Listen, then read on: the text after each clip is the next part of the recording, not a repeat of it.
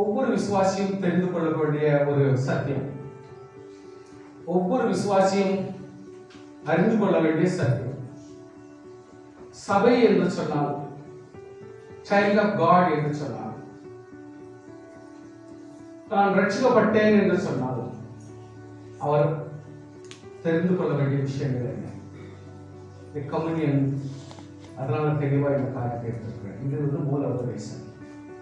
Simple தான், message ரொம்ப simple. Content is very, அதாவது ஒரு 10 நிமிஷம் கண்டென்ட் தான், ஆனால் அது கொஞ்சம் சீராகவே நம்ம தெரிஞ்சுக்கலாம். நீங்கள்லாம் அதிகமாக படிச்சிருக்கிறீங்க, பச்ச வசனத்தை ஓவராக நான் திருப்ப முடியல, நீங்களே தான் படிக்க போறீங்க. இது புரிஞ்சுக்கிறேன். Very simple. It is 7 marks of the true believer. அதாவது அடையாளங்கள். விசுவாசி என்று சொன்னால் அவர்கிட்ட என்னென்ன அடையாளம்? என்ன அடையாளம்? மார்க்ஸ். மார்க்ஸ் என்ன மார்க் இருக்குது உங்ககிட்ட? என்ன ஒரு குறி இருக்குது, என்ன ஒரு அடையாளம் இருக்குது. சோ கிறிஸ்தவன் என்று சொல்லும் பொழுது, ரட்சிக்கப்பட்டவன் என்று சொன்னால், சபை என்று சொன்னால் இருக்க வேண்டிய குணாதிசயமும் அறிந்து கொள்ள வேண்டிய அடையாளமும், அவர்கிட்ட இருக்க வேண்டிಯ ಗುರುತು ಅವರ ಮೇಲೆ ಇರತಕ್ಕಂತ ಗುರುತು. ಯಾವ ರೀತಿಯಲ್ಲಿ ಒಂದು ವ್ಯಕ್ತಿಯನ್ನ ರಕ್ಷಣೆ ಹೊಂದಿದವರು, ವಿಶ್ವಾಸಿಗಳು, ದೇವರ ಮಕ್ಕಳು, ಇವರು ಸಭೆ ಎಂಬುದಾಗಿ ಕರೆಯಲ್ಪಡುವುದಾದರೆ ಅವರಲ್ಲಿ ಇರತಕ್ಕಂತ 7 ಗುಣಾದಿಶಯಗಳು, லட்சணங்கள். இதான் என்னோட முக்கியமான கருத்து. ரொம்ப சிம்பிள் கருத்து, நீங்க புரிஞ்சுக்கணும். நெக்ஸ்ட் நம்ம படிக்கலாம். 7 என்று சொல்லும் பொழுது உங்களுக்கு மறுபடியும் பல முறை சொல்லியிருக்கிறோம். பர்ஃபெக்ஷன். 7 என்று சொன்னால் பர்ஃபெக்ஷன், அதாவது முழுமை. அந்த perfection of marks of spiritual unity. ஆவிக்குரிய செயல்பாடு உள்ளவர், ஆவிக்குரிய செயல்பாடை அறிந்தவர், ஆவிக்குரிய வாழ்க்கையை முற்றுமுடிய பெற்றுக் கொண்டவர் என்று சொல்வதுதான் அந்த 7 அடையாளங்கள், கிறிஸ்தவ அடையாளங்கள். வாட் இஸ் தட் 7 அடையாளங்கள்? தேவனை உடையவராக இருக்க வேண்டும்,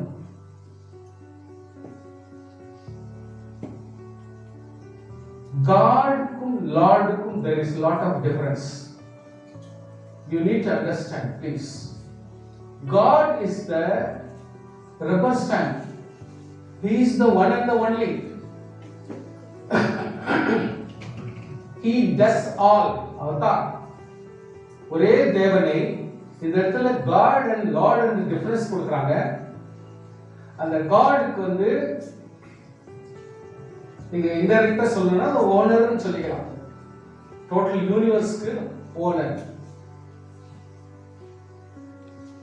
யூனிவர்ஸ் என்று சொல்லும் பொழுது அகைன் நல்ல கவனிங்க, நம்ம கிட்ட இருக்கிற 9 planets, அதாவது sun, moon, earth, Jupiter, Mars, Neptune, Pluto, இந்த மாதிரி சொல்றீங்க பாருங்க. இது வந்து ஒரு குடும்பம், ஒன் ஃபேமிலி.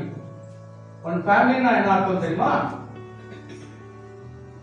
பூமி இருக்குதுன்னா இன்னொரு பிளானட் சர்டன் டிஸ்டன்ஸ்ல தான் இருக்கும், அது இயங்கி கொண்டிருக்கும் தானாவே. இந்த இடத்தை விட்டு மாறாது. மாறிட்டா எல்லாமே கொலாப்ஸ் ஆகி போயிடும்.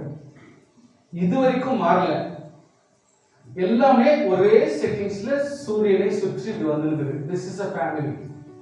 disobedience வராது, கீழ்ப்படியாமை வராது, பொறாமை வராது, எரிச்சல் வராது. நான் பெரியவன் நீ பெரியவன் வர சான்ஸ் இல்லை. ஜூபிட்டர் ஒரு பெருசா இருக்கலாம், அதுவும் தன்னுடைய பாதையில ஓடுது. அது நான் பெருசாக்குறதுனால நீங்க எல்லாம் கீழ்ப்படுங்களா? அதுக்கு ஒரு சூரியன் பெருசாக்குறாரு, நெக்ஸ்ட் கொஞ்சம் ஆயிட்டு பிறகு நான் கொஞ்சம் பெரியவனாக்குறேன், எனக்கு பின்னால போனவங்க கீழ்ப்படுங்களா? இந்த கதைலாம் ஒன்றும் வராது. யூனிட்டி சொன்னா in all perspective unity is the same. So அந்த யூனிட்டின்றது இந்த ஒரு ஃபேமிலி போல எத்தனையோ ட்ரில்லியன் கணக்கான ஃபேமிலிஸ் இருக்குது. இது சேர்ந்து தான் யூனிவர்ஸ் இருக்குது. அதனால தான் இவங்கெல்லாம் மார்ஸ் போறாங்க, எங்கேயோ போறாங்க. எது அதாவது நியரஸ்ட் எத்தனையோ வருஷங்களா ஓடி போய் பிடிச்ச ஒரு இடம் தான் மார்ஸ் இருக்கும்.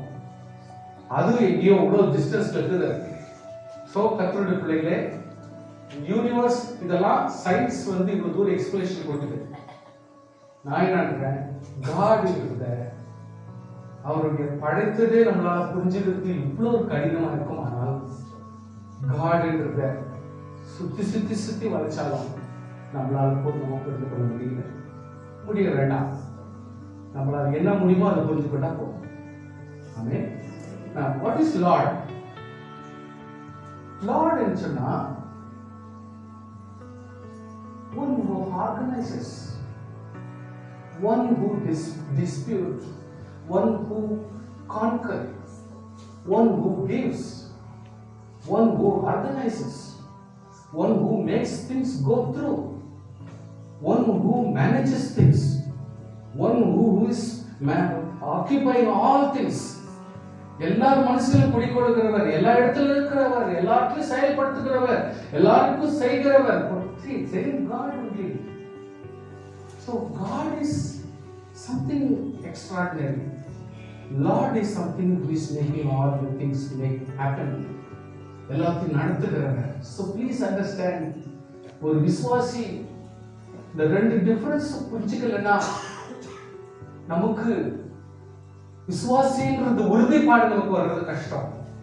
அதனால எப்பொழுதுமே விசுவாசிகள் காட் என்ற கான்செப்ட்லயும் நம்ம ஆராதனை செய்யறது நல்லது, லார்ட் என்ற கான்செப்ட்ல இன்னும் அதிகமாக ஆராதனை செய்யறது நல்லது.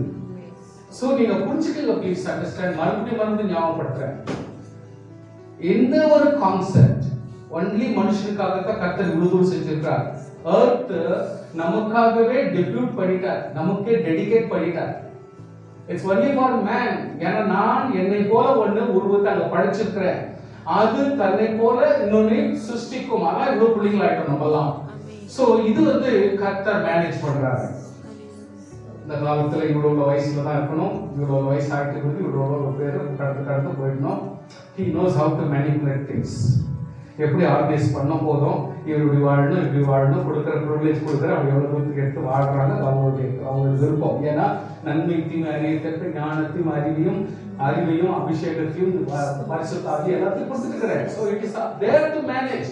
ஏன் மேனேஜ்னா கடவுள் எப்படி மேனேஜ் பண்றாரு அதே மாதிரி நீயும் மேனேஜ் பண்ணணும். ஏன்னா கடவுளுடைய உருவம் தான் உனக்குள்ள இருக்கிறது, கடவுளுடைய ஆவி உனக்குள்ள இருக்கிறது, கடவுளுடைய அபிஷேகம் உனக்கு இருக்கிறது. So what he manages, same thing you need to manage. That's all. So manage பண்ண முடியல, நான் வேற ஒரு மாதிரி இருப்பேன். That's your privilege. உன்னுடைய திறமை. So இதுல ஒன்றும் ஏற்றத்தாழ் ஒன்றும் கிடையாது, யாரும் இதுல குறைச்சதுக்கு ஒன்றும் இல்லை. கர்த்தர் பிரிவிலேஜ் கொடுக்குறாரு, நன்மை தீமை மட்டும் கொடுக்குறாரு. நீ எது தெரிஞ்சுக்கணும் தெரிஞ்சுக்கோ. வெளியில பார்த்தா பயங்கரமும் கொடூரமும் நஷ்டமும் ஓடிக்கொண்டிருக்கிறோம். பட் இன்டர்னலா கிறிஸ்துவனுடைய பாதுகாப்பும் ஆறுதலும் நீ கொடுத்துட்டு தான் இருக்கிற. What you need to concentrate, அதை கான்சென்ட்ரேட் பண்ணு. எதை செய்யும் செய். கர்த்தருடைய சித்தம் இல்லாமல் தலையிலுக்கு சிறிய முடி கூட ஆண்டவர் சித்தம் கீழே விட முடியாது. See, you need to understand the concept of living God and Lord.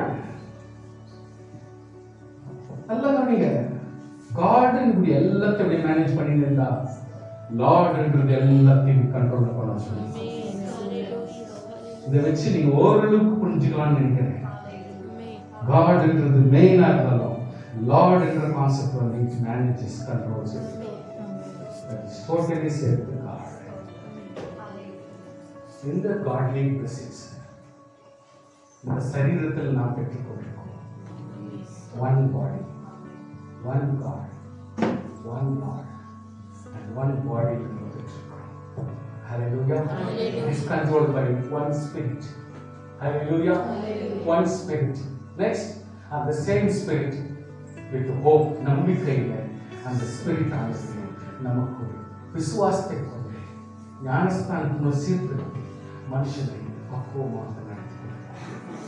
So you need to understand God, you need to understand Lord, you need to understand body, you need to understand spirit. Spirit மூலமா hope என்றது ஒண்ணு, faith என்றது ஒண்ணு. See how God and Lord நான் சொன்ன பாருங்க, அதே மாதிரி தான் hope என்றதும் faith ரெண்டும் ஒரே ரிலேஷன். ஆனால் there is lot of difference. ஹோப்ன்றது எதை நம்பணுமோ, எதை மேல நம்பிக்கை இருக்கணும், அதுதான். ஃபெய்த்ன்றது அப்படி இல்லை. நான் பெற்றுக்கொண்டேன் என்று சொல்றதுதான் ஃபெய்த். நான் ஆசீர்வாதம் அடைந்து விட்டேன் என்று சொல்றது, வாங்கிறதுக்கு முன்னாடியே வாங்கி விட்டேன்றதுதான் ஃபெய்த். ஹோப்ன்றது அப்படி இல்லை. என் தேவன் என்னை நடத்த போதுமான, அவரால் என்னை ரட்சிக்கப்பட்டபடினாலே அவர் என்னை நடத்துவார் நம்பி. ஹோப்ன்றது டிஃபரெண்ட், ஃபெய்த்ன்றது டிஃபரெண்ட். So இந்த காட்ன்றது டிஃபரெண்ட், லார்ட்ன்றது different, but it's all the same time. So we get all these things in one body, and the whole bodyல ஸ்பிரிட்ன்றது நமக்கு மூவ் பண்ணி ஒவ்வொரு நாளும் நமக்கு புத்தி சொல்லி அறிவுரை சொல்லி. ஞானஸ்நானம் அப்படின்றது என்ன? வாட் இஸ் மென்ட் பை ஞானஸ்நானம்? கீழ்ப்படிதல். That's all. Very simple it is. தண்ணியில முக்குறது, இப்படி பண்றது, இவ்வளவு எக்ஸ்பிளனேஷன் தேவையில்லை. தண்ணியில முக்குறது full and full பாவத்துக்காக மரித்தேன் என்ற சிம்பாலிக் தானே ஒழிய water is not the concept. ஆவியினால கூட நிரப்புறார், அது கூட தான் அதே மாதிரி தான். ஃபுல் அண்ட் ஃபுல் கர்த்தர் ஆவியில ரொப்பி நம்ம மேல தூக்குறாங்க. அது நமக்கு தெரியுது இல்லை. தண்ணியில முக்கி எழுந்துச்சோம், அது நமக்கு தெரியுது. ஆனால் சில நேரத்துல நம்ம உலகத்தாரோட கூட எப்படி வாழணும்ன்றத கர்த்தர் அந்த ஆவியானப்ப சொல்லி கொடுப்பார். எப்படி வாழணும், எங்கெங்க சத்தமா ஸ்தோத்திரம் பண்ணலாம், எங்கெங்க அமைதியா இருக்கலாம், எங்கெங்க மௌனமா ஸ்துதிக்கலாம், எங்கெங்க சவுண்ட் இல்லாம ஜெபம் பண்ணலாம், எங்க ஆராதனை சவுண்ட் இல்லாம செய்ய முடியும், எங்கெங்க ஆராதிக்கணும், எங்க ஆராதிக்க முடியாது வீட்டுல செய்யலாம். இப்படி கர்த்தர் எல்லாத்தையும் கத்துக் கொடுத்துருக்காரு. சில பேருக்கு ஞானம் இல்லாமல் அங்கங்க உதப்படுறாங்க, அறிவுப்படுறாங்க. எக்ஸ்பிளைன் பண்ணா நம்ம ஆளுங்களே நம்மளை புரிஞ்சுக்க மாட்டாங்க, நம்ம ஆளுங்களே நம்மளை காத்துக்குவாங்க. ஸோ அதனால புரிஞ்சுக்கங்க, ஆவியானவர் தான் தெளிவா சொல்ல முடியும். So one baptism, it's obedience. Faith and hope, spirit and God. இந்த ரெண்டு தான் மெயின் கான்செப்ட். இதை வச்சுக்கிட்டு எல்லா விசுவாசிகளும் இந்த ஒரு கான்செப்ட்ல தான் God, Lord, பாடியில ஸ்பிரிட்டை கொண்டு ஹோப், ஃபெய்த் என்ற சேனல் வச்சுக்கின்னு பேப்டிசம் கீழ்ப்படிதல் என்ற காரியத்தை நடத்தணும். ஸோ நல்ல கவனிங்க. லாஸ்ட்டாக மறுபடியும் சொல்லிடுறேன். மெயின் காட் பாருங்க. ஃபார் எக்ஸாம்பிள் ஒரு வண்டி ஓடுதுன்னா அதுக்குள்ள ஒரு இக்னிஷன் ஒன்று தேவைப்படுது. அதுல ஒரு நெருப்பு போடுற ஒரு ஆளும் உள்ள கொளுத்துற ஒரு ஆளும், கொளுத்துற பிறகு அதுல வர்ற எஃபெக்டை காத்துக்கிற ஒரு பிஸ்டனும் மூமெண்ட் கொடுக்குற ஒரு சூழ்நிலையும் கொடுத்து ஒரு மோட்டார் தன்னாலே இயங்கக்கூடிய ஒரு சக்தி. What is the motor you are going to have? நம்ம கிட்ட என்ன மோட்டார் இருக்குது? என்ன மோட்டார் வச்சிருக்கீங்க? ஒரு பொருள், ஒரு சரீரம் எப்படி இயங்குது? எப்படி உங்களுக்கு ஒரு பலப்படுது? It is not by ignition. It is not by piston. It is not by movement. It is only by ஆத்மான்ற தேவன் நம்ம கிட்ட கொடுத்திருக்கிறதான இக்னிஷன்.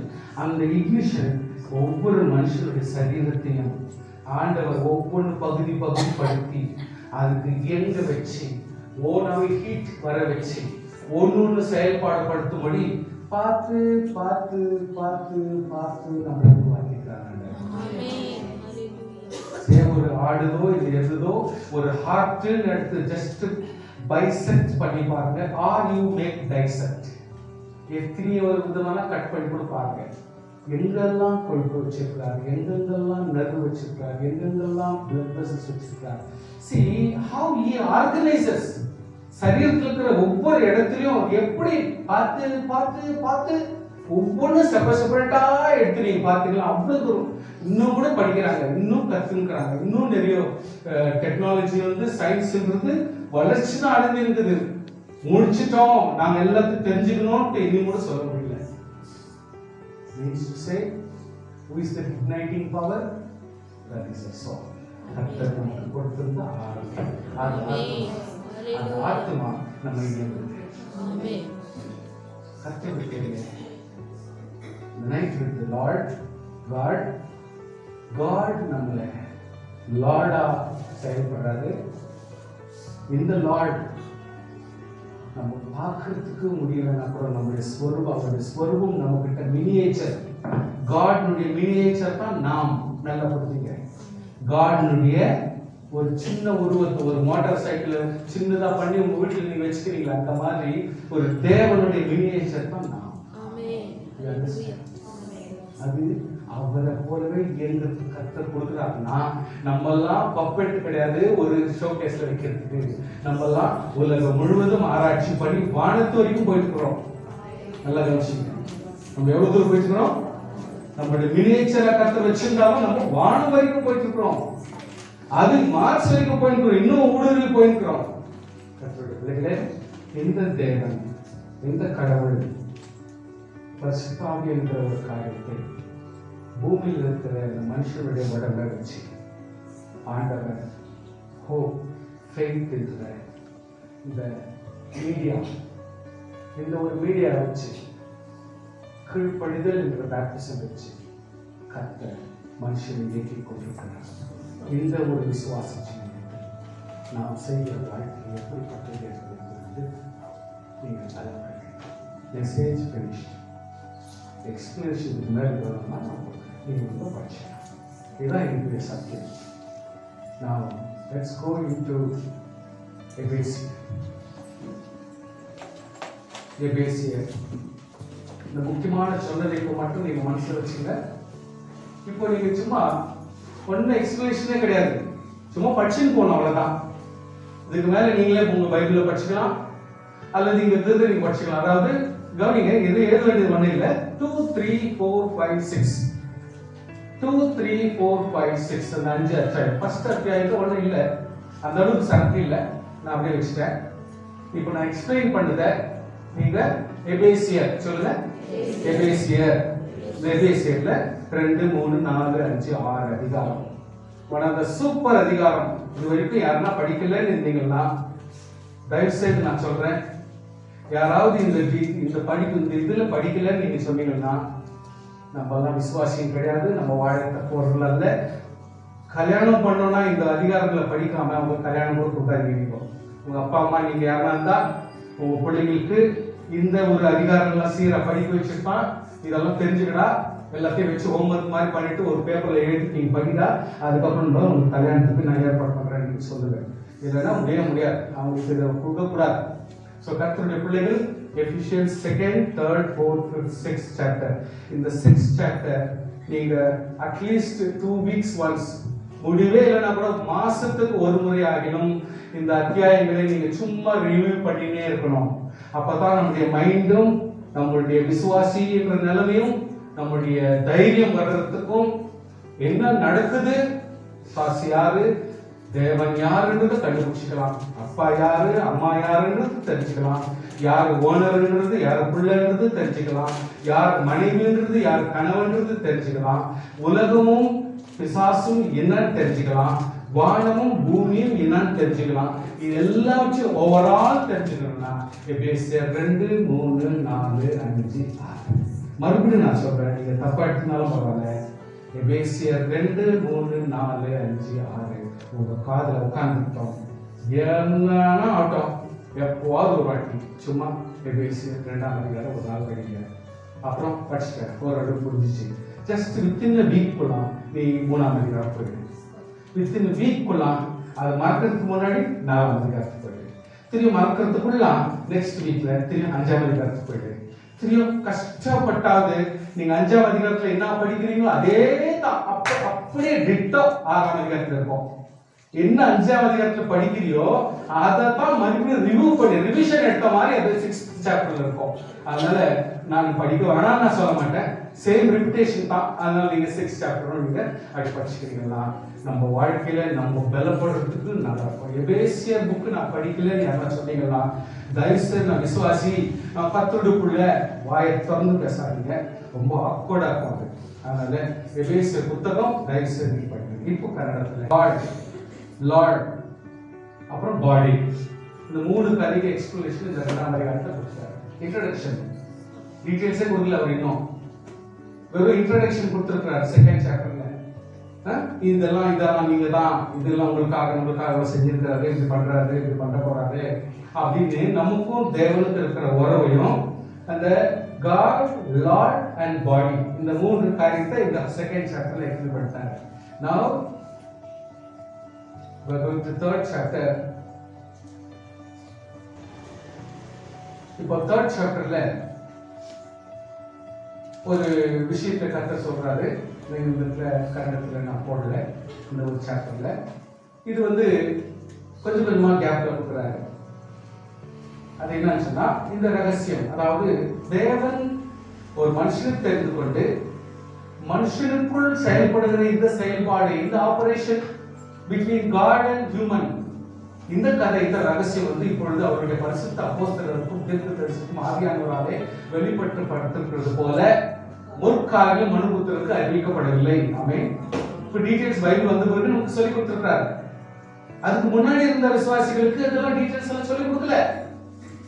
ஆனால் நீங்கள் அவருடைய ஆவியினாலே உள்ளான மனுஷனில் வல்லமையால் பலப்படுவோம். இப்போ காட் ஆச்சு, லார்ட் ஆச்சு, பாடி ஆச்சு. இப்போ ஹோலி ஸ்பிரிட் வந்துறாரு. 4வது கான்செப்ட் ஹோலி ஸ்பிரிட் வந்துறாரு. ஹோலி ஸ்பிரிட்ல என்ன சொல்றாருன்னா, நீங்களுடைய ஆவியிலே உள்ளான மனுஷன் வல்லமையாய் பலப்படணும். ஆமென். புரியுதுங்களா? புரியுதுங்களா? எப்படி பலப்படணும்? ஆவியினாலே உள்ளான மனுஷன், வெளிவட்டமான மனுஷன் இல்ல. நீ அந்நிய பாஷை பேசலையா, சர்ச்சில் சத்தம் போடுறியா இல்லையா, அதை பத்தி யாரும் கேர் பண்ண போறது, இதெல்லாம் விசுவாசிகளுக்கு தான் அத்தாட்சி. ஆனால் அவிசுவாசிகளுக்கு அத்தாட்சியா இருக்கணும்னா உள்ளான மனுஷன்ல ஆவி பலப்படணும். ஆமென். விசுவாசத்தினாலே கிறிஸ்து உங்கள் இருதயங்களில் வாசமாய் இருக்கவும் நீங்கள் அன்பிலே வேறொன்றில் நிலை பெற்றிருக்கிறவர்களாகி சகல பரிசுத்தவான்களோடு கூட கிறிஸ்துவனுடைய அன்பின் அகலம், நீளம், ஆழம், உயரம் என்னதுன்னு உணர்ந்து. எவ்வளவு பெருந்தன்மையான ஒரு வார்த்தை பாருங்க. ஜஸ்ட் ஒரு தனிப்பட்ட ஆளுங்க பேசுற மாதிரி ஒரு சின்ன சின்ன சில்லி வார்த்தை இல்ல பாருங்க. அறிவு கெட்டாத அந்த அன்பை அறிந்து கொள்ள வல்லவர்களாகும் தேவனுடைய சகல பரிபூர்ணத்தினால் நிறையப்படணும். அவர் தமது தேவனுடைய சகல பரிபூர்ணத்தினாலும் நிறையப்படணும். நம்ம நிறையவே இல்லை. கொஞ்ச நேரத்துக்குள்ள நம்மளாம் கண்டுபிடிக்கிறது இல்லை. நமக்கு ஸ்டாப் பண்ணிடணும், அங்கிருந்து பிரேக் பண்றோம், முன்னேறது இல்லை. நம்ம சகல ஆசீர்வாதத்தினால பரிபூர்ணத்தினால நிரப்பணும் போன்றாரு. அவர் தமது மகிமையுடைய ஐஸ்வர்யத்தின்படியே உங்களுக்கு அனுக்கிரகம் பண்ண வேண்டும் என்று வேண்டிக் கொள்கிறேன். நெக்ஸ்ட் என்னன்றாரு, நாம் வேண்டிக் கொள்கிறதற்கும் நினைக்கிறதற்கும் மிக அதிகமாய் நமக்குள்ளே சிந்தியை சேர்க்க வல்லமையின்படியே படிங்க. நாம் சொல்லுங்க, நாம் வேண்டிக் கொள்கிறதற்கும் நினைக்கிறதற்கும் மிக அதிகமாய் நமக்குள்ளே கிரியை செய்கிற வல்லமையின்படியே. இது நம்ம புரிஞ்சுக்கணும் இந்த கான்செப்டை. நம்ம நினைக்கிறதுக்கும் கேட்கறதுக்கும் மேலாய் நமக்குள்ள கிரியை செஞ்சிருக்கிறா இருக்கும். அதுக்கு நம்ம கவனம் கொடுக்க மாட்டேங்கிறோம். அது கொடுக்கணும்ன்றாரு. நமக்கு செய்ய வல்லவராக சபையிலே இயேசு கிறிஸ்து மூலமாய் தலைமுறை தலைவருக்கும் சதா காலம் மகிழ்ந்தார். இது எக்ஸ்பிளைன் பண்ணா முட்டாளம் அர்த்தம். அதுக்கெல்லாம் எக்ஸ்பிளேஷன் கொடுக்குறேன். ஏன்னா இதை விட அப்பட்டமா எந்த வார்த்தையும் வராது. இதுக்கு டீடைல்ஸ் எல்லாம் கொடுக்க கூடாது. நம்ம என்ன மாத்தி மாத்தி படிக்கணும். ஆவியார் உங்களுக்கே வெளிப்படுத்துவாரு. அதனால இதெல்லாம் பாருங்க, கன்னடால படிச்சுட்டாங்க, தமிழ்ல நான் இதை படிக்கணும்னு அவசியம் இல்லை. ஆனா இதுல இருக்கிற ஒரு சத்தியத்தை மட்டும் நான் சொல்றேன்.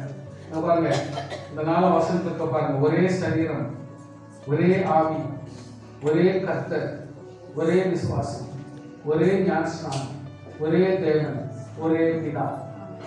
இந்த கான்செப்ட் அவர் வச்சிருக்கிறாரு. இதை வச்சு நான் சபையிலிருந்து நான் கோர்வையா கார்டன் சொன்ன உடனே கார்டனுக்கு நியரஸ்ட் இருக்குது அதை போட்டிருக்கிறேன்.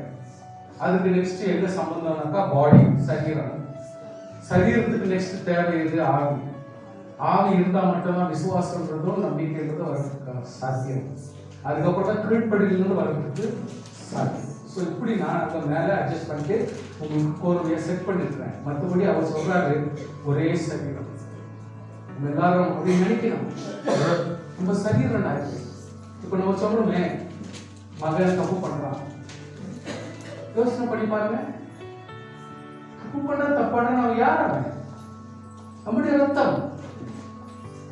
நம்ம என்ன பண்ணோம்? நம்ம எப்படி போராடி இன்னும் ஜெபிச்சு கொஞ்சம் பக்குவப்படுத்தி, ஏன்னா நம்ம ரத்தம் தான் அதுல தெரியுது.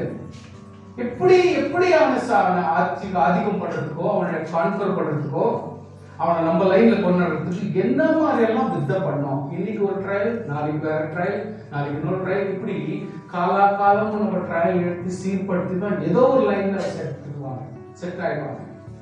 ஸோ இப்படி நம்முடைய சொந்த சரீரத்தை விடவே முடியாது. திடீர்னு நீங்க உட்காந்தீங்கன்னா, ஐயோ மறுபடியும் ஏன் சொந்த சரீரம், அவங்களுக்கு ஒரு சின்ன கவலை, ஒரு வேதனை, உங்களால் எவ்வளவு பொத்திக்கு போகுது. யோசனை பண்ணி பாருங்க. ஏன்னா நான் இப்ப கூட திடுக்குனா எனக்கு பயம் வர ஒரு விஷயம் வருது. எங்கேயோ கடைக்கு போன ஒரு புள்ளிய பேண்ட்ல போட்டு போயிட்டாங்க. இப்போ ஒரு பெருசா உட்காந்து இது யோசிக்கும் பொழுது நமக்கு ஒரு விதத்துல பயம். அந்த வெளியே காட்டிக்க முடியாம உள்ளுக்குள்ளே கட்டாவே ஒரு ஆச்சரியமான சிந்திச்சாங்க. இன்னைக்கு இது இன்னும் லட்சக்கணக்கில் கர்த்தர் செய்ய வச்சிருக்கிறார். ஆனா நம்ம இன்னும் மறந்துடுறோமே, புரிஞ்சுக்கிறது இல்லை. கர்த்தர் நமக்கே ஒரு பெரிய பாதுகாப்புன்றது ஒண்ணு இருக்குது. அது சரீர பிரகாரமான காம்பவுண்டிங், அதுக்குரிய காம்பவுண்ட். அப்படி இருந்தாலும் சில துஷ்டனுடைய வலையில போய் உட்கார்ற சூழ்நிலை வந்துச்சு. பாத்தீங்களா? வந்துச்சே. அதான் பெற்றோர் எவ்வளவுதான் கஷ்டமா இருக்கட்டும், அன்பு ரத்தம் தேவன் சொல்றாரு, என்னுடைய சர்வ சரீரம் அவங்க விட முடியுமானாலே என் ஆவி குத்து வச்சிருக்கிறேன். என்னதுன்னு சொல்றதுக்கு நான் என்ன பண்ணிக்கிறேன்? என் ரூபத்தை கொடுத்துட்டு இருக்கிறேன், என் சுவாசத்தை கொடுத்துட்டு இருக்கிறேன், என் ஆவியை கொடுத்துருக்கிறேன், என் வெளிப்பாடு என்னையா கொடுக்கணும், எல்லாத்தையும் கொடுத்து வச்சிருக்கிறேன். யார் எந்தையாது அப்படின்றாரு. எந்தையா? யோசனை பண்ணி சொல்றாரு. எல்லாமே எந்துதான். உன் இஷ்டத்துக்கு நீ பண்ண முடியாது. It's all belong to me. நான் தான் உனக்கு எல்லாத்தையும் கொடுத்து வச்சிருக்கிறேன். நீ மறக்கிறதுக்கு முடியாது. ஏன்னா ஆகிய அங்கே இருக்குது, அசை பண்ணிக்கொண்டிருக்கிறது. அது சொல்லினே இருக்குது. அது எப்பொழுதுமே தொலைச்சுனே இருக்கும், உயிர் எடுத்துனே இருக்கும். நல்லா புரிஞ்சுங்க, நல்லா புரிஞ்சுங்க.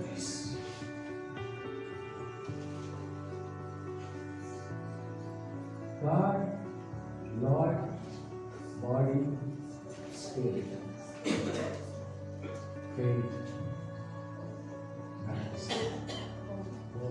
hope, faith. So, இவ்வளவு அழகாக எக்ஸ்பிளைன் பண்றாங்க. இதை மேனேஜ் பண்றதுக்காக தான் ஆண்டவர் என்ன பண்றாரு? ஃபர்ஸ்ட் போதகரை ஏற்படுத்துறாரு, சபையை மேனேஜ் பண்றதுக்கு. இந்த சபையில இருக்கிற எல்லா சபைக்கும் மேனேஜ் பண்றதுக்கு மேய்ப்பர்களை ஏற்படுத்துறாரு. நான் தான் மேய்ப்பரும் போதகரும் சேர்ந்து சபைகளை இவ்வளவு தூரம் நிறுவினாலும் சுவிசேஷங்கள் ஒருத்தர் கப்புன்னு உள்ள போந்து அவருக்கு கொஞ்சம் அங்க இருக்கிறது இங்க இருக்கிறதா இருக்கணும், இங்கேயும் இப்படி இருக்குது, அங்க விசுவாசம் இருக்குது, இங்க இருக்குது, இங்க சரிப்பட்டல, இங்க தப்பு பண்றாங்க, இந்த ஊர்ல இப்படி செய்யறாங்க, இதெல்லாம் பேலன்ஸ் பண்ணி இந்த இடத்துல இப்படிதான் இருக்கணும் அப்படின்ற ஒரு மேற்பார்வையை அந்த இடத்துல கொடுக்கறதுக்கு ஆண்டவர் சுவிசேஷம் வச்சுக்கிறாரு. என்னதான் சுவிசேஷங்களும் மேய்ப்பர்களும் போதவர்களும் மேனேஜ் பண்ணி சபைகள் நடத்தி எல்லாம் பண்றவங்க கொண்டு வந்தாலும் தீர்க்கதரிசன ஆண்டவர் மூலியமா எவன் தப்பு பண்றானோ, எவன் கரெக்ஷன் பண்றானோ, எங்கெங்க தப்புவான ரூட்ல போயிருக்கிறானோ, எங்கெங்கெல்லாம் கீழ்ப்படியாம இருக்கிறானோ அதை சீர்படுத்துறதுக்கு அங்கங்க ஒரு பிரேக் கொடுத்து, ஒரு இம்பாக்ட் கொடுத்து, ஒரு அட்டியும் ஒரு செயல்படுத்தல கொடுக்கறதுக்காக தீர்க்கதரிசிக்கு அங்கங்க எடுத்து போறாரு. இது மீறி சபைகளும் போதகர்களும் சுவிசேஷர்களும் மேய்ப்பர்களும் இவங்கெல்லாம் கண்ட்ரோல் பண்ணலன்னா அப்போஸ்தலன் ஒருத்தர் வச்சுட்டு அங்கங்க அவங்க ஒரு வார்த்தை சொல்லிட்டு அப்படியே கப்புன்னு செத்துடணும். ஒரு வார்த்தை சொல்லிட்டா போதும் அப்படியே ஆசீர்வாதம் நடக்கும், அப்படியே அற்புதம் நடக்கும். அப்படிப்பட்ட டாப் மோஸ்ட் லெவல்ல ஒரு காரியங்களை கர்த்தர் அப்போஸ்தலர்கள் வச்சிருக்காரு. சோ இந்த ஊழியர்களை ஏன் வச்சாரு? இந்த சீரை எல்லாரும் புரிஞ்சுக்கின்னு அப்படி நடத்த ஆரம்பிச்சிட்டாங்கன்னாலே எல்லாமே ஒரு முறையாக இருக்கும். ஸோ கர்த்தருடைய பிள்ளைகளை நீங்களாம் படிச்சிட்டீங்க, கரெக்டாக படிச்சாலே போதும்னு நான் நினைக்கிறேன். ஏன்னா நிறைய பெரிய பாடம் இதெல்லாம். நீங்களே இந்த கிறிஸ்துவை கற்றுக்கொள்ளவில்லை, வித்தியாசமான செயலில் படுறாங்க. இதெல்லாம் நம்ம கற்றுக்கல, கற்றுக்கிற விதத்தில் கற்றுக்கணும், நம்மளாம் பலப்படணும்னு சொல்றாரு. ஸோ இதை நான் முடிக்கிற இப்போ 5வது அதிகாரத்துக்கு போகிறேன். கவனம் வச்சுங்க please. Let us go to 5th chapter. படிங்கம்மா. ನೀವು ದೇವರ ಪ್ರಿಯ ಮಕ್ಕಳಾಗಿದ್ದೀರಿ, ಆದ್ದರಿಂದ ನೀವು ಆತನನ್ನು ಅನುಸರಿಸಬೇಕು. ಪ್ರೀತಿಯಿಂದ ಬಾಳಿರಿ. ಕ್ರಿಸ್ತನು ನಮ್ಮನ್ನು ಪ್ರೀತಿಸಿದಂತೆ ನೀವು ಇತರರನ್ನು ಪ್ರೀತಿಸಿರಿ. ಕ್ರಿಸ್ತನು ನಮಗೋಸ್ಕರವಾಗಿ ತನ್ನನ್ನೇ ಪರಿಮಳದ ಕಾಣಿಕೆಯಾಗಿಯೂ ಯಜ್ಞವಾಗಿಯೂ ದೇವರಿಗೆ ಸಮರ್ಪಿಸಿಕೊಂಡನು. ಆದರೆ ನಿಮ್ಮ ಮಧ್ಯದಲ್ಲಿ ಲೈಂಗಿಕ ಪಾಪವಿರಕೂಡದು, ಯಾವ ಬಗೆಯ ದುಷ್ಟತ್ವವಾಗಲಿ ಸ್ವಾರ್ಥತೆಯಾಗಲಿ ಇರಕೂಡದು, ಏಕೆಂದರೆ ಅವುಗಳು ದೇವರ ಪರಿಶುದ್ಧ ಜನರಿಗೆ ಯೋಗ್ಯವಾದವುಗಳಲ್ಲ. ಅಲ್ಲದೆ ನಿಮ್ಮ ಮಧ್ಯದಲ್ಲಿ ಕೆಟ್ಟ ಮಾತುಗಳು ಇರಕೂಡದು, ನೀವು ಮೂರ್ಖತನದಿಂದ ಮಾತನಾಡಕೂಡದು ಮತ್ತು ಹೊರಸಾದ ಹಾಸ್ಯ ನುಡಿಗಳನ್ನು ಹೇಳಕೂಡದು.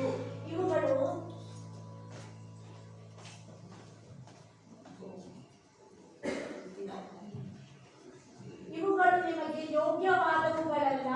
ಆದರೆ ನೀವು ದೇವರಿಗೆ ಸ್ತೋತ್ರ ಸಲ್ಲಿಸುವವರಾಗಿರಬೇಕು. ಇದು ನಿಮಗೆ ಚೆನ್ನಾಗಿ ತಿಳಿದಿರಲಿ. ಲೈಂಗಿಕ ಪಾಪ ಮಾಡುವವರಿಗೆ, ದುಷ್ಕೃತ್ಯಗಳನ್ನು ಮಾಡುವವರಿಗೆ, ಸ್ವಾರ್ಥಿಗಳಿಗೆ ಕ್ರಿಸ್ತನ ಮತ್ತು ದೇವರ ರಾಜ್ಯದಲ್ಲಿ ಸ್ಥಳವೇ ಇಲ್ಲ. ಸ್ವಾರ್ಥತೆಯು ವಿಗ್ರಹಾರಾಧನೆಗೆ ಸಮಾನವಾಗಿದೆ. ಅಸತ್ಯವಾದ ಸಂಗತಿಗಳನ್ನು ಹೇಳಿ ನಿಮ್ಮನ್ನು ಮೋಸಪಡಿಸಲು ಯಾರಿಗೂ ಅವಕಾಶ ಕೊಡಬೇಡಿ. ಆ ಕೆಟ್ಟ ಸಂಗತಿಗಳ ನಿಮಿತ್ತ ದೇವರ ಕೋಪವು ಆತನಿಗೆ ವಿಧೇಯರಾಗದ ಜನರ ಮೇಲೆ ಬರುತ್ತದೆ. ಆದ್ದರಿಂದ ನೀವು ಅಂಥ ಜನರೊಂದಿಗೆ ಪಾಲುಗಾರರಾಗಬೇಡಿ. ಹಿಂದಿನ ಕಾಲದಲ್ಲಿ ನೀವು ಕರ್ತನಲ್ಲಿ ಆಗಿದ್ದೀರಿ, ಈಗಲಾದರೂ ನೀವು ಕರ್ತನಲ್ಲಿ ಪೂರ್ಣ ಬೆಳಕಾಗಿದ್ದೀರಿ. ಆದ್ದರಿಂದ ಬೆಳಕಿಗೆ ಸೇರಿದ ಮಕ್ಕಳಂತೆ ಜೀವಿಸಿರಿ. ಬೆಳಕಿನ ಫಲವು ಉಪಕಾರದಲ್ಲಿಯೂ ನೀತಿಯಲ್ಲಿಯೂ ಸತ್ಯದಲ್ಲಿಯೂ ಕಂಡುಬರುತ್ತದೆ. ಪ್ರಭುವಿಗೆ ಯಾವುದು ಮೆಚ್ಚುಗೆಯಾದದೆಂಬುದನ್ನು ತಿಳಿದುಕೊಳ್ಳಲು ಪ್ರಯತ್ನಿಸಿ. ಕತ್ತಲೆಯಲ್ಲಿರುವ ಜನರು ಮಾಡುವಂತ ಕಾರ್ಯಗಳನ್ನು ಮಾಡಬೇಡಿ, ಅವುಗಳಿಂದ ಒಳ್ಳೆಯದೇನೂ ಆಗುವುದಿಲ್ಲ. ಆದರೆ ಕತ್ತಲೆಯಲ್ಲಿ ನಡೆಯುವ ಕಾರ್ಯಗಳು ತಪ್ಪಾದವುಗಳನ್ನು ತೋರಿಸಲು ಒಳ್ಳೆಯ ಕಾರ್ಯಗಳನ್ನು ಮಾಡಿರಿ. ಆ ಜನರು ಕತ್ತಲೆಯಲ್ಲಿ ಮಾಡುವ ಗುಪ್ತ ಕಾರ್ಯಗಳ ಬಗ್ಗೆ ಮಾತನಾಡುವುದಕ್ಕೂ ನಾಚಿಕೆಯಾಗುತ್ತದೆ. ಆದರೆ ಆ ಕಾರ್ಯಗಳು ತಪ್ಪಾದವುಗಳೆಂದು ನಾವು ತೋರಿಸುವಾಗ ಬೆಳಕಿನಿಂದ ಆ ಕಾರ್ಯಗಳು ಸ್ಪಷ್ಟವಾಗಿ ಕಾಣಿಸುತ್ತವೆ. ಪ್ರತಿಯೊಂದನ್ನು ಸ್ಪಷ್ಟವಾಗಿ ತೋರಿಸುವಂತದ್ದೇ ಬೆಳಕು. ಆದ್ದರಿಂದಲೇ ಹೀಗೆ ಬರೆದಿದೆ, ಆದ್ದರಿಂದ ನೀವು ಹೇಗೆ ಜೀವಿಸುತ್ತಿದ್ದೀರಿ ಎಂಬುದರ ಬಗ್ಗೆ ಬಹು ಎಚ್ಚರಿಕೆಯಿಂದಿರಿ. ಅವಿವೇಕಿಗಳಂತೆ ಜೀವಿಸದೆ ವಿವೇಕಿಗಳಾಗಿ ಜೀವಿಸಿರಿ. ಈ ದಿನಗಳು ಕೆಟ್ಟವುಗಳಾಗಿವೆ. ಆದ್ದರಿಂದ ನಿಮಗಿರುವ ಪ್ರತಿಯೊಂದು ಅವಕಾಶವನ್ನು ಒಳ್ಳೆಯದಕ್ಕಾಗಿ ಉಪಯೋಗಿಸಿರಿ. ನಿಮ್ಮ ಜೀವಿತಗಳ ಬಗ್ಗೆ ಮೂರ್ಖರಾಗಿರದೆ ದೇವರ ಚಿತ್ತವೇನೆಂಬುದನ್ನು ತಿಳಿದುಕೊಳ್ಳಿರಿ. ಮದ್ಯಪಾನ ಮಾಡಿ ಮತ್ತರಾಗಿರಬೇಡಿ, ಅದು ಪಾಪ ಕೃತ್ಯಗಳಿಗೆ ನಡೆಸುತ್ತದೆ. ಆದರೆ ಯಾವಾಗಲೂ ಪವಿತ್ರಾತ್ಮ ಭರಿತರಾಗಿರಿ. இந்த அதிகாரத்தில் இதுதான் எவ்வளோ முக்கியமானது. அதை தான் நான் விட்டுருக்கிறேன்.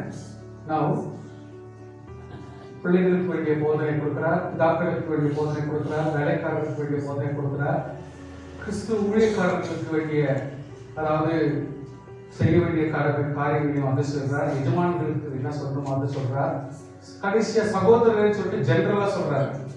ஸோ இப்படிப்பட்ட இந்த கடைசி டாக்டருடைய தந்திரங்களையும் இந்த இடத்துல சொல்லி வச்சிருக்கார். அதனால கொஞ்சம் புரிஞ்சுங்க ப்ளீஸ், டைவர்ட் பண்ணாதீங்க மைண்ட, கொஞ்சம் முன்னால புரிஞ்சுங்க. அதாவது நீங்கள் பிசாசின் தந்திரங்களுக்கு எதிர்த்து நிற்க திராணி உள்ளவர்களாகும்படி சர்வாயுத வர்க்கங்களை, தேவனுடைய சர்வாயுத வர்க்கம் கற்றுக்கொள்ள வேண்டும். இது மாமிசத்தோடும் ரத்தத்தோடும் இல்லை. அதனால மாமிசம் வந்தாக்கா ஒரு கத்தி எல்லாரும் வச்சுக்கலாம், இல்ல ஒரு கன்னு வாங்கி வச்சுக்கலாம். கன்னு வச்சு உங்களுக்கு தெரியல, நீங்களாம் யோசனை பண்ணுங்க. எப்பவுமே கன்னெல்லாம் எவ்வளவு பேரு பணக்காரங்களாம் வசதியாக்கும் கவர்மெண்ட்ல அப்ளை பண்ணி, போலீஸ் கமிஷனருக்கு அப்ளை பண்ணி கன்னு வாங்கி வச்சுக்கிறாங்க. என்னுடைய அந்தஸ்து விழுக்குது, என்னுடைய மரியாதை விழுக்குது, என்னுடைய போர்ட்போலியோ விழுக்குது, என்னுடைய தகுதிகள் விழுக்குது, என்னுடைய சொத்து விழுக்குது, இதுக்கு சேஃப்டி வேணும்னு சொல்லிட்டு அப்ளை பண்றாங்க. போலீஸ் கமிஷனர் கிட்ட இருந்து அவங்க பர்மிஷன் கொடுக்குறாங்க. அதுக்கு ஸ்பெஷல் ஷாப் இருக்குது, அங்க போயிட்டு அவங்க அந்த லைசன்ஸை காட்டிட்டு, ஒரு லைசன்ஸ் வச்சுக்கிறவங்க காட்டிட்டு அவங்க அந்த கன் வாங்கி வீட்டில் வச்சுக்கிறாங்க. சேஃப்டி ஒரு போடுற ஒவ்வொரு தோட்டாக்கும் ஒரு நம்பர் இருக்கும். அந்த நம்பர் சீரியல் நம்பர் உங்களுடைய லைசன்ஸ்ல எழுதிருக்கும். ஸோ எவ்ரிதிங் நீங்க யூஸ் பண்ற ஒவ்வொரு பொருளும் காரணம் இல்லாமல் யூஸ் பண்ணிட்டா அதுக்கு எக்ஸ்பிளேஷன் கொடுத்து அதுக்கு கோர்ட் வந்து ரெஸ்பான்சிபிள் எடுத்துக்கும். அண்ட் எவ்ரி மந்த்க்குள்ள போயிட்டு அந்தந்த லோக்கல் போலீஸ் ஸ்டேஷன்ல போயிட்டு அதை லாகின் பண்ணணும். நான் இவ்வளவு யூஸ் பண்ணிருக்கிறேன், இவ்வளவு யூஸ் பண்ணல. சப்போஸ் யூஸ் பண்ணிருந்தா என்னத்துக்காக யூஸ் பண்ணேன், எங்க யூஸ் பண்ணேன், யார் அங்க போலீஸ் கேஸ் ஆச்சா, அது எதுனா வந்து எஃப்ஐஆர் ஃபைல் பண்ணாங்களா, இப்படி நிறைய காரியங்கள் ரொம்ப இருக்குது. ஆனா உலக பிரகாரமான பிரச்சனையா இருந்தா அவ்வளவு கதை செய்ய வேண்டியதா இருக்குது. இன்னைக்கு உலகத்துல செஞ்சிருக்கிறாங்க எல்லாரும், உங்களுக்கு தெரியாது. ஈவன் இங்கே நம்ம ஒரு சுற்று வட்டாரத்திலே அது மாதிரி நிறைய பேர் இருக்கிறாங்க. ஆனா நான் என்ன நடுறேன், இது வந்து மாமிசத்தோடு ரத்தத்தோடு இல்லை, இது வந்து ஆத்மீய செயல். அதுக்கு தான் நம்ம அப்படிப்பட்ட ஒரு கத்தியோ கன்னோ இந்த மாதிரி காரியம் எதுவும் செயல்பட வேண்டிய அவசியம் இல்லை. நம்மளுக்கு அந்த பிரச்சனையும் அவங்களுக்கு அது பெரிய போராட்டம். நம்மளாவது ஈஸியா வாழ்றோம், நல்லா வாங்கிட்டுவேன், இன்னும் பெரிய பிரச்சனை. ஏன்னா யாராவது வாங்கிக்கிறான்னு லிஸ்ட் எடுத்துடுறாங்க. அதை வச்சுக்கிட்டு இவங்க கிட்ட இதெல்லாம் தெரிஞ்சுக்கணும் அவங்க வீட்டை டார்கெட் பண்றாங்க. அதனால நீங்க லைசன்ஸ் வாங்கிட்டாலும் பிரச்சனை தான். அதில் கர்த்தருடைய பிள்ளைகளை வாங்காத நமக்கு சந்தோஷம் தான். கர்த்தருக்குள்ளாக தேவன் நமக்கு ஆவிக்குரிய காரியங்கள் போராட்டம் நமக்கு இருக்குது. அதனால வேண்டி நம்ம எவ்வளவு தூரத்துக்கு எதிர்த்து நிற்கணும் அப்படின்னு இந்த இடத்துல பவுலப்போஸ்தலன் சொல்றாரு. அதுவும் இல்லாத அவர் இது தீங்கு நாளிலே, இது தீங்கு நாளுன்னு சொல்றாரு. இப்ப நம்ம சொல்ற பாரு கடைசி காலம் நீங்க சொல்லிக்கிறீங்க பாருங்க, அததான் செப்பரேட்டா ஒரு வேர்டு அவர் சொல்றாரு. தீங்கு நாளில் அவைகளை நீங்கள் எதிர்க்கிறோம். சோ இந்த நாள்ல நம்ம இதை படிக்கணும் கண்டிப்பா. ஏன்னா கடைசி நாட்கள்ல படிக்க வேண்டியது பத்திரப்படுத்த வேண்டிய காரியத்தை சொல்லுகிறாரு. அதுதான் அந்த இடத்துல ஒரு 13ஆம் வசனத்துல உங்களுக்கு எக்ஸ்பிளேஷன் கொடுக்குறாரு. தீங்கு நாளில் அவைகளை நீங்கள் எதிர்க்கவும், சகலவற்றையும் செய்து முடிப்பவர்களாய் இருக்கவும், திராணி உள்ளவர்களாக இருக்கும்படிக்கு தேவனுடைய சர்வ ஆயுத வர்க்கத்தை எடுத்துக் கொள்ளுங்கள். சோ அதுதான் எப்பொழுது நமக்கு உபயோகமா இருக்கும் சொல்லிட்டு ஆண்டவர் சொல்றாரு.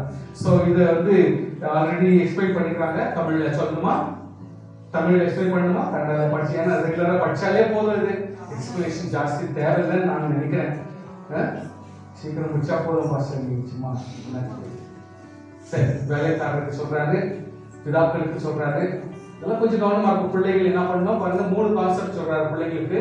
அது வாலிபரா இருக்கட்டும், யாரும் இருக்கட்டும், உங்க பெற்றோருக்கு கர்த்தருக்கு கீழ்ப்படியணும். அவ்வளவுதான். நீ கேட்கக்கூடாது, கேள்வி கேட்கக்கூடாது, நீ கேள்வி கேட்காத. நல்லா கவனிச்சுக்க ப்ளீஸ், அகைன் அட்டென்ஷன். நீ கேள்வி கேட்காத, உனக்கு அந்த அதிகாரம் கிடையாது. நீ கீழ்ப்படியணும், அவ்வளவுதான். கீழ்ப்படியணும் அவ்வளவுதான். நம்பர் 2, உனக்கு நன்மை உண்டாக்குவதற்கு பூமியிலே ஒரு 4 நாள் நீடிக்கணும்னா, நீ நல்லா இருக்கணும், ரொம்ப நாள் நீ வாழணும்னா கனம் பண்ணு. அப்பா அம்மாவை ரெஸ்பெக்ட் கொடு, கனம் பண்ணு. இதுதான் முக்கியம் உன் வாழ்க்கை. வேற எதுக்கும் நீ பேச்சு இடம் போடுறீங்க, ஆர்குமெண்ட்ல வச்சுக்கூடாதுங்க. பிதாக்கள் அப்பா அம்மா என்ன பண்ணணும்னா, உங்க பிள்ளைகளை கோபப்படுத்தாமல், அதாவது சில சில்லியா பேசுறது, எங்க ஜோக் பண்ணு தெரியுதுல, ஜோக் பண்றது திடுக்குன்னு மறைச்சுக்கும். விளையாடலாம் அப்படின்னு சொல்லிட்டு விளையாடுவாரு. எப்படி விளையாடுறாருன்னு தெரியாது. எப்பவும் காலாவெல்லாம் சீரியஸா இருந்துருது. திடீர்னு ஒரு நாள் ஜோக்கா விளையாடினாக்கா அவனுக்கு எடுத்துருவாங்க. ஏன்னா லூஸ் மாதிரி பிஹேவ் பண்றாரு. அதனால நம்ம எல்லாம் கொஞ்சம் கேர்ஃபுல்லாகவே நடத்துக்கணும் பிள்ளைகிட்ட. ஸோ வேலைக்காரர் என்ன பண்ணணும், வேலை செய்யறவன் ஃபேக்டரி போடணும், வீட்டில் வேலை செய்யணும், இன்ஸ்டிடியூஷன்ல வேலை செய்யணும், சமையல் கட்டில் வேலை செய்யணும், யாராலும் சரி வேலை செய்யணும். வேலைக்காரன் கிறிஸ்துவுக்கு கீழ்ப்படிக்கிறது போல சரீரத்தினுடைய எஜமான்களுக்கு கீழ்ப்படிக்கணும். உங்களுக்கு மேல இருக்கிற யார் இருந்தாலும் அவங்களுக்கு கீழ்ப்படிக்கணும். பயத்தோடு, நடுக்கத்தோடும், கபடற்ற மனத்தோடு, அதாவது பைத்தியக்கார மாதிரி என்ன சொன்னாலும் அதை செய்யணும். மனுஷருக்கு பிரியமாய் இருக்க விரும்புவர்களாக பார்வைக்கு ஊழியம் செய்யாமல் கிறிஸ்துவுக்கு ஊழியக்காரராக இருக்கணும். மனப்பூர்வமாய் தேவனுடைய சித்தத்தை செய்யணும். அடிமையானவனாலும் சுயாதீனம் உள்ளவனாலும், அதாவது நீ கட்டப்பட்டவனானாலும், இல்லை உன் வீட்டுல வந்து தங்கியிருக்கிறவனா இருந்தாலும், அல்லது நீ உரிமையா சம்பாதிச்சவனா இருந்தாலும், சம்பாதிக்காத ஓசியில சாப்பிடுறவனா இருந்தாலும் சரி, அவனவன் செய்கிற நன்மையின் படியே கர்த்தருடைய பலனை அடைவான். ஆமென். கர்த்தருக்கு ஆசீர்வாதம் கொடுப்பார். மனுஷனுக்கு என்று ஊழியம் செய்யாமல் கர்த்தருக்கு என்று நலமானதோடு ஊழியம் செய்கிறது. எஜமான்களுக்கு சொல்றாரு, யாரெல்லாம் ஓனரா இருக்கிறீங்க, யாரெல்லாம் தலைவரா இருக்கிறீங்க அப்படின்ட்டு, அப்படியே நீங்களும் வேலைக்காரருக்கு செய்ய வேண்டியது செய்யுங்க. அவர்களுக்கு உங்களுக்கும் எஜமானவர் பரலோகத்தில் இருக்கிறார் என்று. எஜமான் யாரு? நான் தான் எஜமான் நினைக்கக்கூடாது. நமக்கு எஜமானே தேவன் தான் இருக்கிறார் சொல்லிட்டு அவரிடத்தில் பட்சபாதம் இல்லாமல் இருக்கு. கடும் சொல்லை விட்டுவிடுங்கள். ரோப் அடிக்கிறது, ஸ்டண்ட் போடுறது, ஓனரா இருந்தவன ஒரே அதிகாரம் படிக்கிறது, அங்க ஒருத்தரும் மீறி நடத்துறது, பேச்சு தப்பா உபயோகப்படுத்துறது, இதெல்லாம் பண்ணாத இருக்கணும்னு சொல்றாரு. சோ கடைசியா எல்லாம் கலப்புடமா பேசுறார் சகோதரர் அப்படின்னு சொல்லிட்டு. என்னன்னா, கர்த்தரிலும் ஒரு சத்தத்தின் வல்லமையிலும் தரப்படுங்கள், பிசாசின் தந்திரத்துக்கு எதிர்த்து இருக்க திராணி உள்ளவர்களாகும்படி தேவனுடைய சர்வாயுத வர்க்கத்தை தரித்து. நான் சொன்னேன்ல, நிறைய ரிப்பீட் ஆகும். ஏனெனில் மாமிசத்தோடு அல்ல, வானம் மண்டலத்தில் உள்ள பொல்லாத ஆவிகளின் சேனைகளோடு போராட்டம் உண்டு. சோ போராட்டம்ன்றது வெறும் ஊர்ல மட்டும், உலகத்துல மட்டும் இருக்குது நினைக்காதீங்க. when you become godly person, when you are representing God, ஒரு தேவனுக்கு ஈக்குவலாவே ஆவிக்குரிய மகிமையை வச்சிருக்கிறீங்க, அபிஷேகம் வச்சிருக்கிறீங்க, வல்லமை வச்சிருக்கிறீங்க, தேவ பாதுகாப்பு வச்சிருக்கிறீங்க, பரிசுத்தாவியோட வல்லமை வச்சிருக்கிறீங்க. அப்ப பிசாசு உங்களை விடுவாங்க சும்மா? இவ்வளவு ஒரு பேக்கேஜ் போட்டு வச்சிருக்கிறீங்களே, உங்களை அவரை மாதிரி தான் உங்களை ட்ரீட் பண்ணுவாங்க.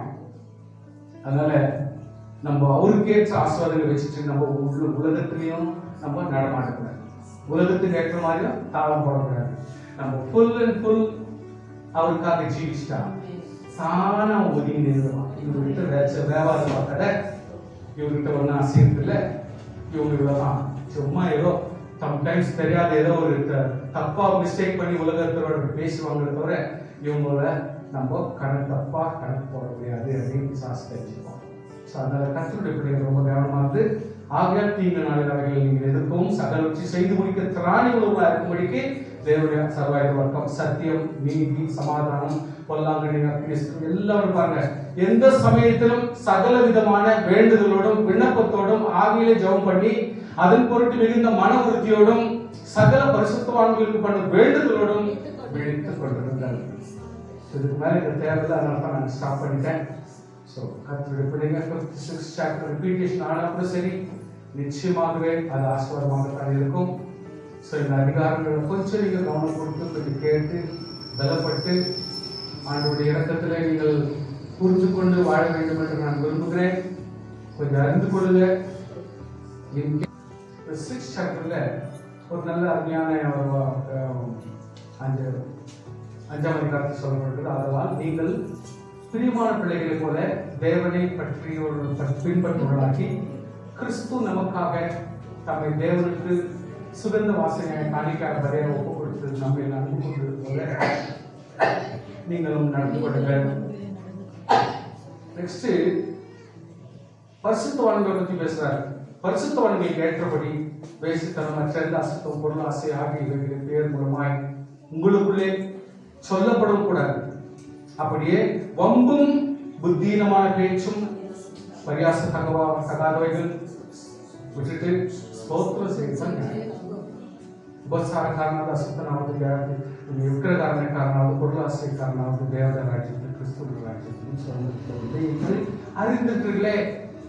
இப்படிப்பட்ட நிமித்தமாக கீழ்ப்படியாமை பிள்ளைகள் மேல் தேவனுடைய கோபாக்கி வருவதால் ஒருவனும் உங்களை வீண் வார்த்தையினாலே மோசம் போக்காதபடி எச்சரிக்கையாக இருங்கள். நீங்களாம் கர்த்தரோட பிள்ளைங்க தானே, என்ன நீங்களாம் கூட பண்றீங்களேன்னு சொல்லாதபடிக்கு நம்ம கொஞ்சம் கவனமா இருக்கணும். அவர்களுக்கு பங்காளிகள் ஆகாதீர்கள். அவங்கள போல நம்மளாம் இருக்கக்கூடாது. முற்காலத்தில் நீங்கள் அந்தகாரமா இருந்தீர்கள், இப்பொழுதோ கர்த்தருக்கு வெளிச்சமா இருக்கிறீர்கள். வெளிச்சத்தின் பிள்ளைகளாய் நடந்து கொள்ளுங்கள். ஆவியின் கனி சகல நற்குணத்திலும் நீதியில் அன்பிலும் விளங்கும் கர்த்தருக்கு பிரியமானது என்னென்று நீங்கள் சொலித்து பாருங்கள். கனியற்ற அந்தகார கிரியைகளுக்கு உடன்படாமல் அவைகளை கடிந்து கொள்ளுங்கள். அதாவது ஒரு பிரோஜனம் இல்லாமலும் ஒரு யூஸ் இல்லாமல் இருக்கிற காரியங்களுக்காக நீங்க பிரயாசப்படாதீங்க, கஷ்டப்படாதீங்கன்றாரு. அவையெல்லாம் கடிந்து கொள்ளப்பட்டு வெளிச்சத்தினால் வெளியரங்கமாக்குறதெல்லாம் வெளிச்சமாக இருக்கிறது. அதனால் தூங்குகிற இப்படிப்பட்ட இடத்துல நீங்க கேர்லெஸ் ஆகும், ரொம்ப இதை பத்தி கவனம் இல்லாம இருக்கிற நீங்க ஆண்டவரை இந்த இடத்துல சொல்றாங்க. தூங்குகிற அப்படின்ற அந்த பவர் போஸ்ட் இடத்துல மரித்தோர்களுக்கு எழுந்திருந்து அப்பொழுது, அதாவது கர்த்தருடைய பிள்ளைங்களும் ரொம்ப அலர்ட்டா இருக்கணும். சொல்றோம், அதை கவனிங்க ப்ளீஸ், கொஞ்சம் கவனிங்க, கொஞ்சம் கவனிச்சுக்கல ப்ளீஸ், கொஞ்சம் அலர்ட்டா நீங்க தூங்குற மாதிரி, கேர்லெஸ்ஸா இருக்கிற மாதிரி, இந்த கேட்டாத மாதிரி நம்ம வேணும்னா பார்க்கலாம் அப்படின்ற மாதிரி இல்லாத படிக்கு நம்ம இப்போ தூக்கத்தை விட்டு கேர்லெஸ்னஸை விட்டு எழுந்து மருத்துவத்தை எழுந்து கிறிஸ்து உனக்கு பிரகாசிப்பார் என்று சொல்லியிருக்கிறார். அப்பொழுது கிறிஸ்து உன்னை பிரகாசிப்பார் சொல்கிறார். அப்படினால நீங்கள் ஞானமற்றவர்களைப் போல நடவாமல் ஞானமுள்ளவர்களைப் போல கவனமாய் நடந்து கொள்ள பார்த்து நாட்கள் பொல்லாதவைகளானால் காலத்தை பார்த்தீங்களா? புத்தி கூட நமக்கு எவ்வளவு பொருத்தமாக பார்த்தீங்கன்னா அந்த வசனங்கள். ஸோ இந்த கடைசி காலத்துல பொல்லாத காலம் சொல்லிட்டு புரிஞ்சுக்கினேன் அதுக்கு தகுந்த நடத்து சொல்றாரு. ஆகையால் நீங்கள் மதியற்றவர்களாய் இராமல் புத்தி இல்லாத ஆளாய் இல்லாமல் கர்த்தருடைய சித்தமிடத்தில் உணர்ந்து கொள்ளுங்கள். துன்மார்க்கத்துக்கு எதுவான மதுபானம் கொள்ளாமல் ஆவியிலே நிறைந்து ஆமென் சங்கீதனாலும் கீர்த்தனாலும் ஞானப்பாட்டினாலும் ஒருவர் புத்தி சொல்லிக் கொண்டு உங்களுடைய கர்த்தரை பாடி கீர்த்தனம் பண்ணுங்கள்.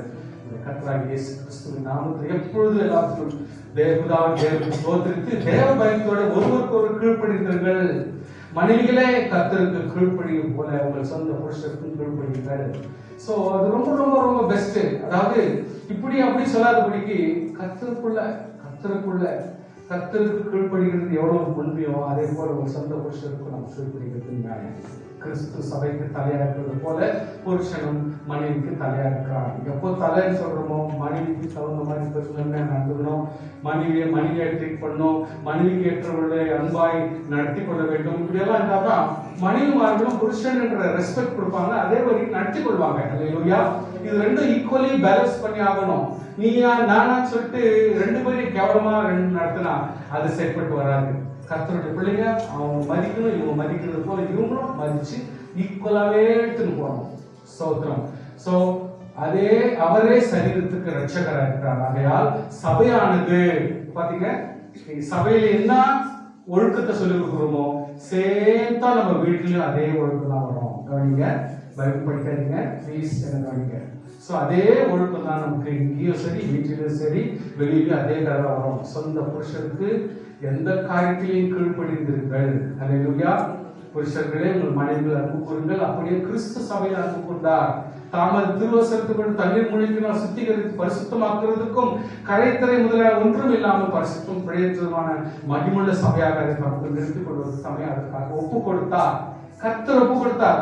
மனைவியாக சபைக்காக இயேசு கிறிஸ்து ஜீவனை கொடுத்தார். சொல்லுங்க, இது எவ்வளவு தூரத்துக்காக தாழ்மைன்றீங்களா இல்ல கோமாளின்றீங்களா அல்லது எவ்வளவு கேவலமா விட்டு கொடுக்குறாருன்றீங்களா? இவ்வளவு பண்ணிவிட்டு இவரு நான் இவ்வளவு கேவலமா எல்லாத்துக்கும் அடி வாங்கிக்கிறீங்க, காய தூக்கிக்கிறீங்க, இதெல்லாம் பண்ணிக்கிறாரு. என்ன இப்படி சிலுவையும் பிரார்த்திச்சு வாய மூடி இருக்கிறாரு, அங்க போய் மண்ணியல்றாரு. இதெல்லாம் நீங்க இப்படி எடுத்துக்கிட்டீங்கன்னா நம்முடைய வாழ்க்கையில இதை விட கேவலமா நடக்கும். மனைவி கிட்ட நமக்கு மரியாதை போயிடுச்சு அப்படின்னு நினைச்சிட்டீங்கன்னா அந்த மனைவியோட கூட உங்களால வாழ முடியாது. ஸோ அதே மாதிரி கணவன் கிட்ட நீங்க பாக்கிச்சுக்கிட்டு வீட்டுல நீங்க ராணியா வாழணும்னா ஆகவே வந்து கீழ்படிப்பான். ஸோ கர்த்தருடைய பிள்ளைகள் அப்படியே புருஷர்களும் தங்கள் மனைவிகளை தங்கள் சொந்த சரீரங்களாக பாவிக்கணும். ஆமென். சொந்த சரீரத்தை நினைக்கிறோமோ அந்த மாதிரி சொந்த சரீரங்களாக பாவிக்கணும். தன் மனைவி அன்பு கூறுவது தன்னில் தானே அன்பு கூறுகிறான். சொந்த மாம்சத்தை பகைத்தன் ஒருவனும் இல்லையே. ஆமென். கர்த்தர் சபை போஷித்தது போல ஒவ்வொருவனும் தன் மாம்சத்தை போஷித்து காப்பாற்றுகிறார். So bonding, inclination, a consistent of loving.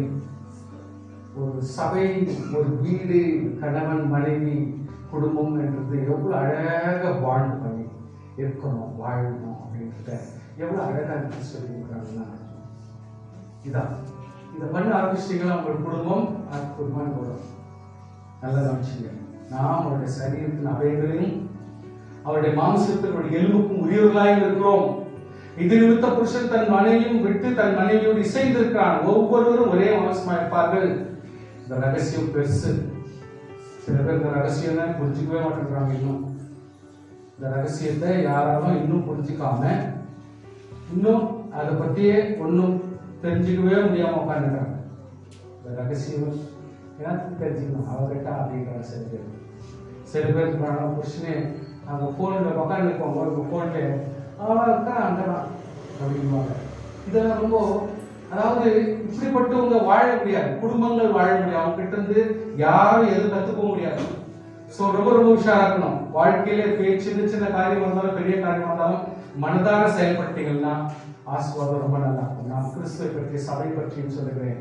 புரியுதுங்களா? சபையை பற்றி கிறிஸ்துவை சொல்கிறேன். நம்ம ஒரே சரீரமாய் இணைஞ்சு அற்புதமாய் ஆசீர்வாதமாய் அன்பாய் வாழ்ந்தாதான் சபையாக நம்ம வாழ முடியும். நம்ம அன்பாக குடும்பத்திலையும் பிள்ளைகள் மத்தியிலும் பெற்றோர் குடும்பம் கணவன் மனைவி இப்படிப்பட்ட ஒரு ஒருங்கிணைப்புல நமக்கு ஒரு ஒரு நல்ல ஒரு அனுசரணை இல்லைன்னா சபையாக நம்ம வாழ்றது பரலோகத்தை எடுத்துக்கொள்றதுன்றது கேள்விக்குறியாக மாறிடும்.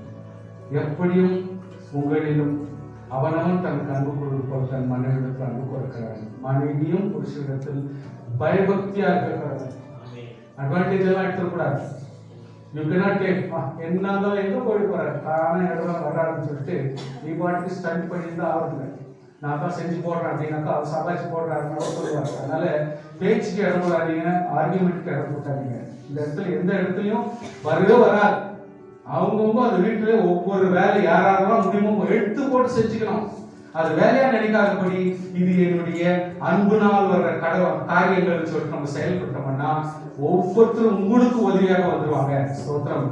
உங்களுக்கு ஆறுதலா வந்துருவாங்க, உங்களுக்கு துணையா வந்துருவாங்க. சில பேர் ஒவ்வொரு கஷ்டப்பட்டாலும் உங்களை ஆசீர்வாதமா வச்சுக்குவாங்க.